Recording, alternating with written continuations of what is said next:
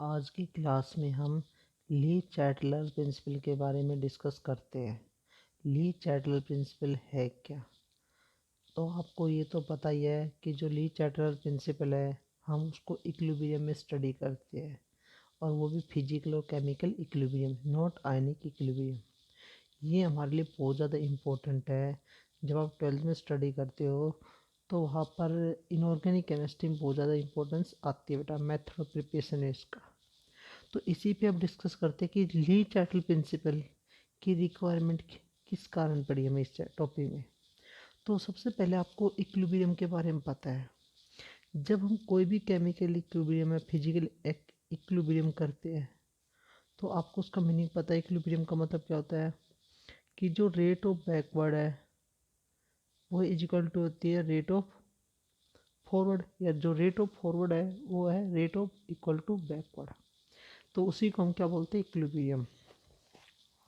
तो जब हम इसको स्टडी करते हैं केमिकल रिएक्शन को, हम टेम्परेचर के बेस पे या प्रेशर के बेस पे या कंसंट्रेशन के बेस पे या कैटलिस्ट के बेस पे, तो इसमें जो ली चैटल जो साइंटिस्ट था वो ये बताना चाहता है कि जब कोई केमिकल रिएक्शन इक्विलिब्रियम गेन कर लेती है, जब कोई केमिकल रिएक्शन इक्विलिब्रियम जब इक्विलिब्रियम गेन कर लेती है तो हम जो प्रोडक्ट या रिएक्टेंट होते हैं हम उनके ऊपर जो कंसंट्रेशन है या प्रेशर है या टेम्परेचर, अगर हम किसी भी फैक्टर को चेंज करते हैं तो उसके इक्विलिब्रियम पे क्या इफ़ेक्ट होता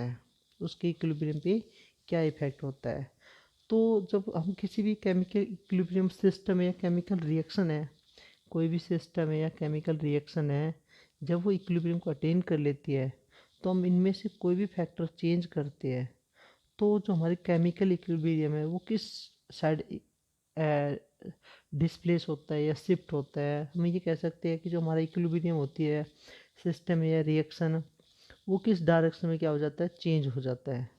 तो बेटा इस टॉपिक को हम ये बताते हैं कि जब कोई केमिकल रिएक्शन इक्विलिब्रियम गेन कर लेती है तो हम उसके ऊपर जो स्ट्रेस अप्लाइड करते हैं, और वो स्ट्रेस हम कैसे अप्लाइड करते हैं, हम उसमें कंसंट्रेशन चेंज करके, टेम्परेचर चेंज कर दे, या वॉल्यूम चेंज कर दे, वॉल्यूम भी चेंज कर सकते हैं, कैटलिस्ट ऐड कर दे, तो हम इन प्रॉपर्टीज़ के बेस पे या इन फैक्टर के बेस पे हम हमारे पास जो केमिकल इक्विलिब्रियम रिएक्शन होती है, जो केमिकल इक्विलिब्रियम गेन कर चुकी है, उसके ऊपर एक स्ट्रेस अप्लाइड होता है। तो जो सिस्टम है या केमिकल रिएक्शन है वो अपने इक्विलिब्रियम को मेंटेन करने के लिए उस स्ट्रेस को मिनिमाइज करती है। तो उस स्ट्रेस को मिनिमाइज कैसे करती है कोई भी केमिकल रिएक्शन या कोई भी सिस्टम, तो इसके बारे में एक्सप्लेन करते हैं ली चैटलर प्रिंसिपल।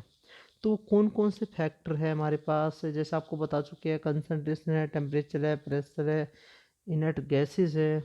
तो उस तो आपको अब पता चल गया कि हम इनमें से कोई सा भी फैक्टर जब चेंज करते हैं, केमिकल इक्विलिब्रियम जब रिएक्शन अटेन कर लेती है तो उसके ऊपर कैसे इफेक्ट पड़ता है उस इक्विलिब्रियम को, और इक्विलिब्रियम को मेंटेन करने के लिए केमिकल रिएक्शन उस स्ट्रेस को कैसे मिनिमाइज करती है। तो इसके बारे में हम डिस्कस करते हैं। तो जो सबसे पहला हमारा फैक्टर होता है वो होता है कंसंट्रेशन। जो सबसे पहला फैक्टर होता है हमारा कंसंट्रेशन। तो इसमें होता है क्या है कि हमारे पास मान ले कोई भी केमिकल रिएक्शन है और वो केमिकल रिएक्शन इक्विलिब्रियम को अटेन कर चुकी है। एग्जांपल लेके देखते हैं हम।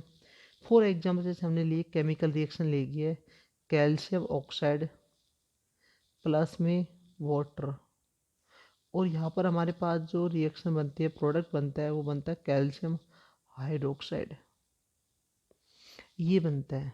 तो अब आपने देखा भाई हमारे पास ये रिएक्टेंट है की कंसनट्रेशन है, इधर प्रोडक्ट की कंसनट्रेशन है।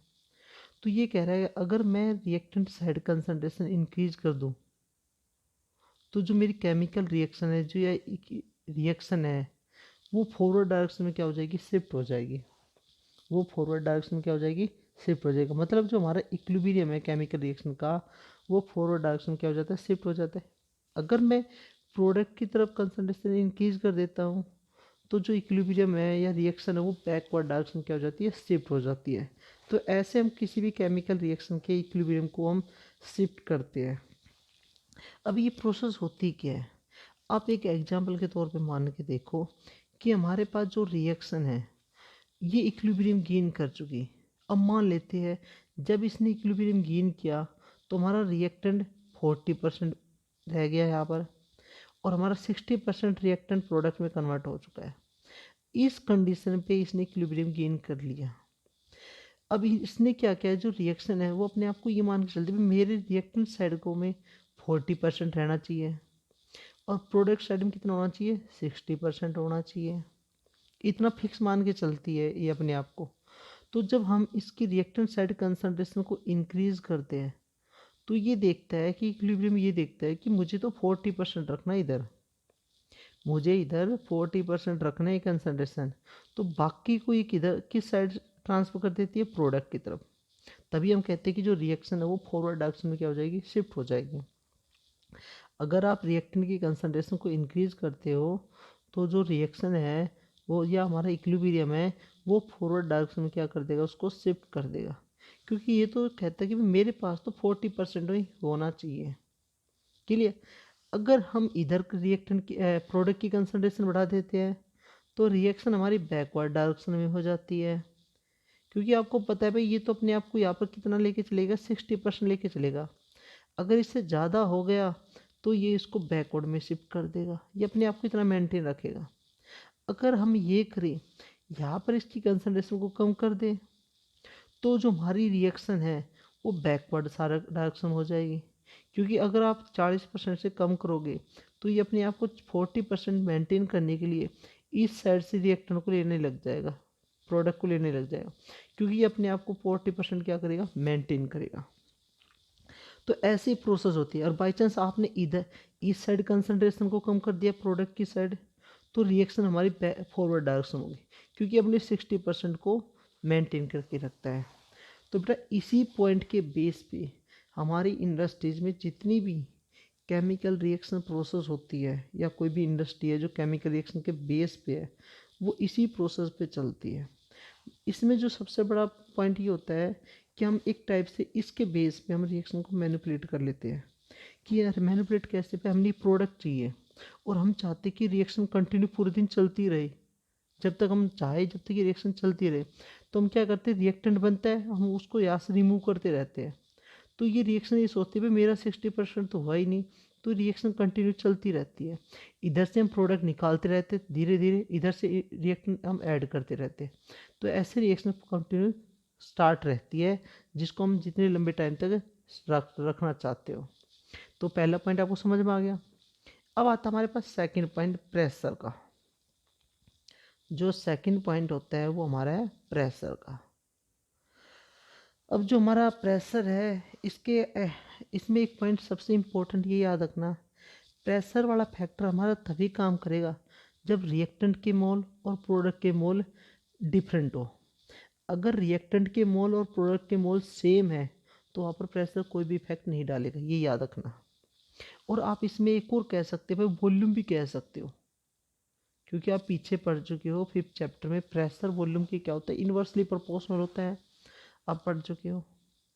बट जो मेन जो पॉइंट है वो आपको जो याद रखना है कि ये प्रेशर वाला फैक्टर तभी वर्क करेगा जब आपके रिएक्टेंट और प्रोडक्ट के मोल क्या हो, डिफरेंट हो। अगर रिएक्टेंट और प्रोडक्ट के मोल सेम होंगे तो ये वाला फैक्टर इस पर इफेक्ट नहीं करेगा। तो यहाँ पर हम बात करते हैं अगर हम प्रेशर को बढ़ाएंगे तो वहाँ पर हमारा वॉल्यूम क्या हो जाता है, डिक्रीज हो जाता है। अगर हम प्रेशर को बढ़ाएंगे तो हमारा वॉल्यूम क्या हो जाता है, डिक्रीज हो जाता है। तो इसमें जैसे हमारे पास कोई केमिकल रिएक्शन लेते हैं N2 3H2 2NH3, तो ये कह रहा है कि जब आप प्रेशर को बढ़ाते हो तो बेटा जो वॉल्यूम है हमारा क्या हो जाता है, कम हो जाता है।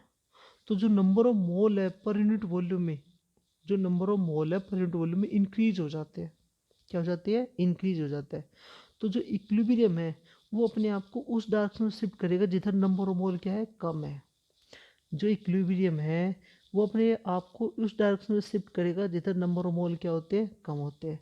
तो याद रखना, इससे हमें ये पता चला कि जब हम प्रेशर को इंक्रीज करेंगे तो हमारी रिएक्शन उस डायरेक्शन में शिफ्ट होगी, उस डायरेक्शन में शिफ्ट होगी जिधर नंबर ऑफ मोल्स क्या है, कम है, तो आप समझ गए हमारी डायरेक्शन किधर होगी, फॉरवर्ड में होगी।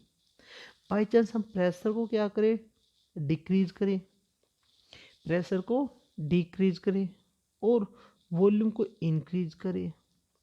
अगर आप प्रेशर को डिक्रीज करें तो वॉल्यूम जस्ट इंक्रीज होगा। तो इस केस में क्या होते हैं कि जो नंबर ऑफ मोल है पर यूनिट वॉल्यूम वो डिक्रीज हो जाते हैं।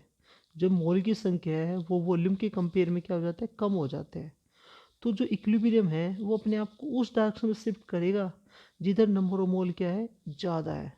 तो इससे हमें ये पता चला कि अगर प्रेशर बढ़ा रहे हो तो इक्विलिब्रियम शिफ्ट होता है उस साइड होता है जिधर नंबर ऑफ मोल क्या होते हैं बेटा, कम होते हैं। अगर प्रेशर को डिक्रीज कर रहे हो तो नंबर ऑफ मोल है जिस साइड में ज़्यादा है उस डायरेक्शन में रिएक्शन क्या होती है, शिफ्ट होती है।